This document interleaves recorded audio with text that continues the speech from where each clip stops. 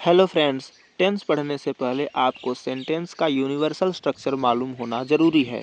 जैसा कि मैंने आपको पहले ही बताया था कि पूरा टेंस डिक्लेरेटिव और इंट्रोगेटिव सेंटेंस पर ही आधारित है। तो आइए चलते हैं अफर्मेटिव सेंटेंस का स्ट्रक्चर देखते हैं। आपको पहले ही बताया गया है कि अफर्मेटिव और नेगेटिव सेंटेंस डिक्लेरेटिव सेंटेंस के ही पार्ट हैं। अफर्मेटिव सेंटेंस के स्ट्रक्चर में सबसे पहले सब्जेक्ट, फिर वर्ब, वर्ब के अंदर हेल्पिंग वर्ब और मेन वर्ब भी आते हैं, फिर ऑब्जेक्ट और कम्प्लीमेंट आ जाता है। आइए समझते हैं सब्जेक्ट में क्या क्या आ सकता है। सब्जेक्ट में नाउन या प्रोनाउन आ सकता है, जैसे किसी का नाम, या जैसे रोहित, मोहित, ही, सी, ये प्रोनाउन हो गया। वर्ब में देखें तो वर्ब में आपके कई पार्ट हैं। वर्ब के दो पार्ट हैं, फाइनाइट वर्ब और नॉन फाइनाइट वर्ब। आपको फाइनाइट वर्ब का ही पार्ट देखने को मिलेगा टेंस में।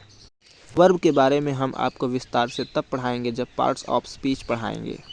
फाइनाइट वर्ब आपका दो प्रकार का होता है। ऑक्सिलरी वर्ब, जिसे हम हेल्पिंग वर्ब कहते हैं, इसे आप पहले ही क्लास में पढ़ चुके हैं। आपको मैंने बताया था कि हेल्पिंग वर्ब में क्या क्या आते हैं। शुरू में ही मैंने आपको बता दिया था कि किस टेंस में कौन सा हेल्पिंग वर्ब इस्तेमाल किया जाएगा।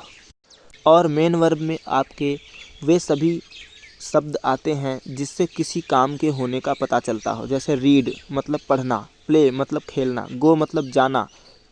आइए ऑब्जेक्ट को समझते हैं। ऑब्जेक्ट में भी नाउन या कोई ऑब्जेक्टिव केस आ सकता है जो पर्सनल प्रोनाउन का होता है। नाउन में किसी व्यक्ति वस्तु का नाम आ सकता है।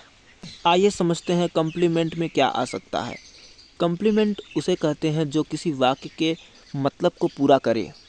बिना कम्प्लीमेंट के वाक्य अधूरा सा प्रतीत होता है। आइए कम्प्लीमेंट को एक उदाहरण से समझते हैं, जैसे the vote made Sudhir's position untenable. Untenable मतलब होता है अनस्टेबल, यानी कि जो स्थिर न हो, जो हमेशा चेंज होता रहे। अगर इस वाक्य में अनटेनेबल को हटा दिया जाए तो वाक्य का मतलब नहीं निकलेगा। जैसे the vote made Sudhir's position, इसका मतलब क्या है? इसका कोई मतलब नहीं निकल पा रहा है जब तक हम अनटेनेबल को नहीं लगाते हैं। अनटेनेबल लगाते ही हमें पूरे वाक्य का मतलब पता चल जाता है कि वोट ने सुधीर की पोजीशन को चेंजेबल कर दिया, यानी कि हमेशा उसकी पोजीशन चेंज हो रही है। वो कभी जीतता है तो कभी हारता है, कभी जीतता है तो कभी हारता है।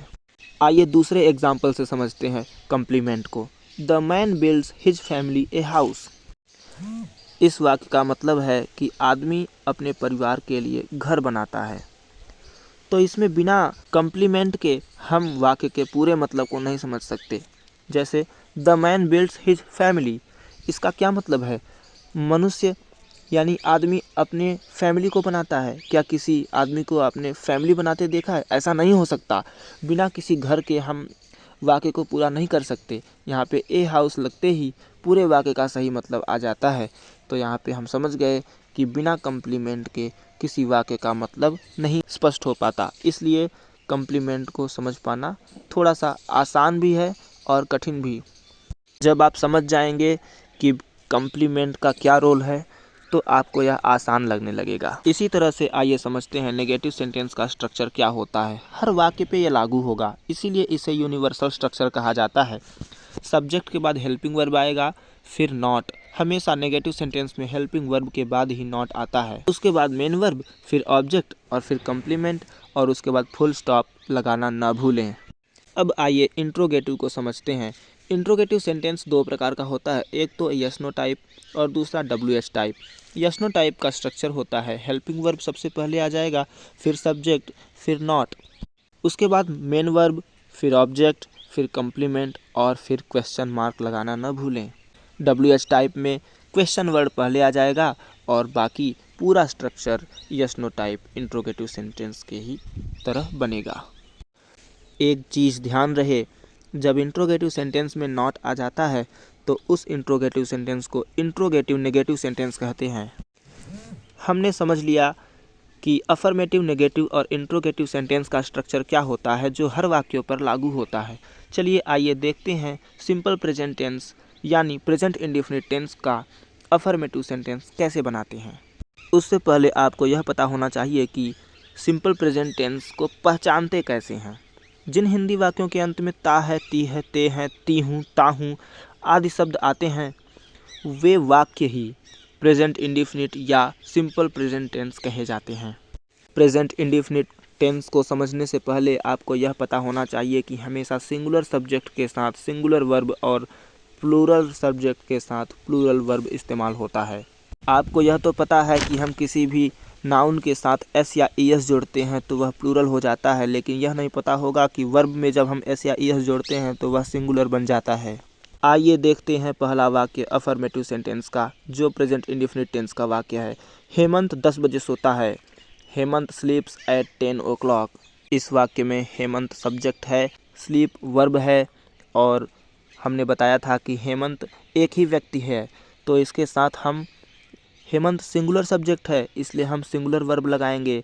और स्ट्रक्चर को देखते हुए आप स्ट्रक्चर को याद कीजिए, सब्जेक्ट के बाद वर्ब आता है इसलिए हमने सब्जेक्ट के बाद वर्ब लगाया, और वर्ब स्लीप मतलब सोना होता है इसलिए इसका हमने सिंगुलर बनाया तो इसमें एस जोड़ दिया। और आपको हमने पहले ही बताया था एस या ईएस कैसे जोड़ते हैं। ईएस जोड़ते समय क्या ध्यान रखना चाहिए, हमने नाउन के क्लास में बताया था। वही नियम इस वर्ब में भी लागू होगा। अगर S, double S, S H, C H, X, O, Z से ख़त्म हो रहा है कोई वर्ब तो उसका सिंगुलर बनाने के लिए उसमें ईएस जोड़ेंगे।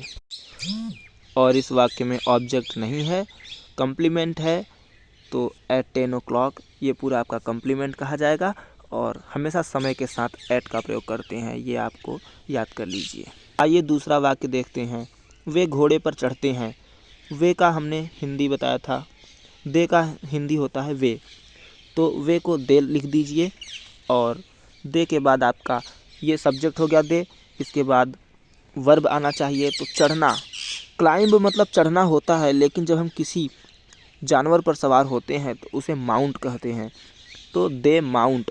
अब यहाँ पे एस या ईएस नहीं लगेगा क्योंकि दे प्लूरल है और वर्ब हमेशा प्लूरल होता है, उसको सिंगुलर बनाना ही नहीं है। एस या ईएस जोड़ेंगे तो ये सिंगुलर बन जाएगा, सिंगुलर नहीं बनाना है तो दे माउंट। ध्यान रहे प्लूरल सब्जेक्ट तो प्लूरल वर्ब, वर्ब तो प्लूरल हमेशा होता है इसलिए दे माउंट और द हॉर्स। ध्यान रहे माउंट के बाद एट या ऑन मत लगाइएगा क्योंकि माउंट एक ऐसा शब्द है जिसके बाद कोई भी प्रीपोजिशन नहीं आता। मैं आपको टेंस के साथ साथ और ग्रामर के कुछ नियम बताते चल रहा हूँ। आइए और उदाहरण देखते हैं। मैं एक बड़े शहर में रहता हूँ। I live in a big city. Subject आया आई और वर्ब आया लिव, रहना। आई प्लूरल है, ग्रामर में आई को प्लूरल माना गया है। लिव भी प्लूरल है क्योंकि वर्ब है, आई लिव। बाकी एक बड़े शहर में तो इन ए बिग सिटी। इस वाक्य में कोई ऑब्जेक्ट नहीं है, कम्प्लीमेंट से ही काम पूरा हो गया। आइए अगला उदाहरण देखते हैं। तुम हर रात किताब पढ़ते हो। ग्रामर में यू को भी प्लूरल माना गया है, जबकि यू मतलब एक ही व्यक्ति हो सकते हैं, लेकिन यू मतलब और भी अधिक भी व्यक्ति हो सकते हैं, एक से अधिक व्यक्ति भी हो सकते हैं। तुम हर रात किताब पढ़ते हो, यू रीड। सब्जेक्ट के बाद वर्ब आता है तो यू रीड। रीड में हम एस या ईएस नहीं जोड़ेंगे क्योंकि ये खुद ही प्लूरल है और यू तो प्लूरल है ही, तो यू रीड। इसके बाद ऑब्जेक्ट, कोई भी वस्तु। इस वाक्य में वस्तु क्या है, वस्तु या व्यक्ति। तुम तो सब्जेक्ट ही हो गया। इसके बाद बचा क्या, किताब, तो किताब ऑब्जेक्ट है। A book, you read a book every night. हर रात एवरी नाइट। कंप्लीट हो गया ये सेंटेंस। अगला सेंटेंस देखते हैं। नाव नदी में तैरती है। नाव है सब्जेक्ट तो हो गया द बोट। नदी में तैरती है, तैरना है वर्ब। तैरना को हम स्विम भी कहते हैं, लेकिन यहाँ फ्लोट लगेगा। जब कोई निर्जीव वस्तु या मृत वस्तु तैरती है तो उसे फ्लोट कहते हैं, और जब कोई सजीव तैरता है तो उसे स्विम कहते हैं, तो यहाँ फ्लोट लगेगा। द बोट, बोट सिंगुलर है इसलिए हमने वर्ब को भी सिंगुलर बनाया, फ्लोट्स इन द रिवर। नदी में इन द रिवर।